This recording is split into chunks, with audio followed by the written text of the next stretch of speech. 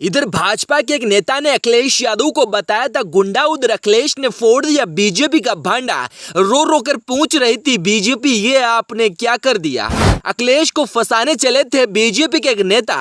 अखिलेश ने चल दिया उल्टा दाव, फिर गिर गई बीजेपी पार्टी उस नेता के चक्कर में। कोई नहीं है अखिलेश यादव के टक्कर में। जिस दिन से बीजेपी के नेता ने अखिलेश को गुंडा बताया, उसी दिन से अखिलेश यादव ने उस नेता का पीछा तक नहीं छोड़ा। अब बताएंगे अखिलेश क्या है पावर अखिलेश जैसे बड़े नेता का। बीजेपी की सरकार गुंडागर्दी पर उतर आई है।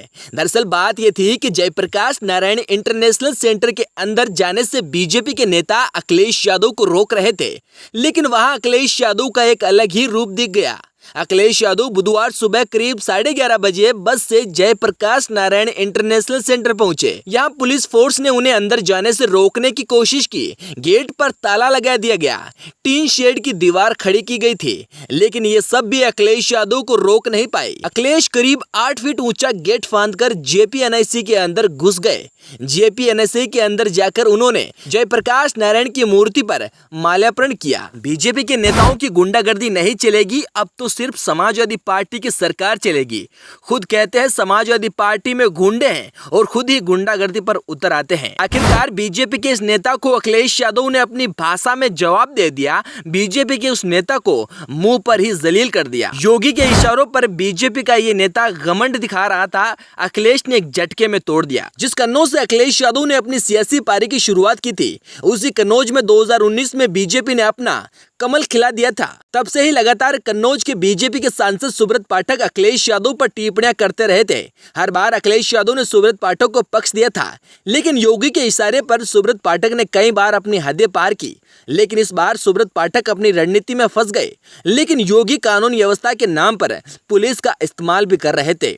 यही हुआ था जब सुब्रत पाठक ने अखिलेश यादव को लेकर बड़ी बात कही थी। सुब्रत पाठक ने कहा कि समाजवादी पार्टी को अराजकता और गुंडे पसंद है। ये बात सपा मुखिया के आचरण से भी सिद्ध हो गई। फिर क्या था?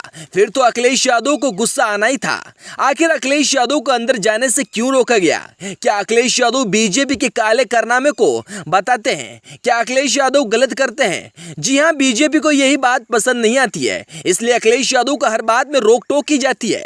लेकिन अखिलेश यादव तो रुकने वाले कहां थे? उन्होंने सुब्रत पाठक को आड़े हाथ लेते हुए डिप्टी सीएम के इस बयान पर जब अखिलेश यादव से सवाल पूछा गया तो उन्होंने कटाक्ष करते हुए ब्रजेश पाठक को सर्वेंट डिप्टी सीएम कह दिया। अखिलेश ने कहा, हम सर्वेंट डिप्टी चीफ मिनिस्टर की बातों को जवाब नहीं देते, क्योंकि अगर कोई जिम्मेदार है तो वो सिर्फ सीएम है। अखिलेश यादव नाम नहीं, एक ब्रांड है, और ब्रांड को नीचे झुकाने के लिए बीजेपी को एडी तक का जोर लगाना पड़ सकता है। वैसे आज अखिलेश यादव ने बीजेपी को आड़े हाथ ले लिया और बीजेपी के सारे नेताओं को ठंडा कर दिया। जी हाँ, बुलडोजर बाबा की भाषा और बुलडोजर बाबा के नाम से पहचाने जाते हैं योगी आदित्यनाथ, और योगी आदित्यनाथ परिवारवाद करते हैं अखिलेश यादव से। इसका मतलब तो यही है कि अखिलेश यादव सीएम योगी पर भारी पड़ते नजर आते हैं।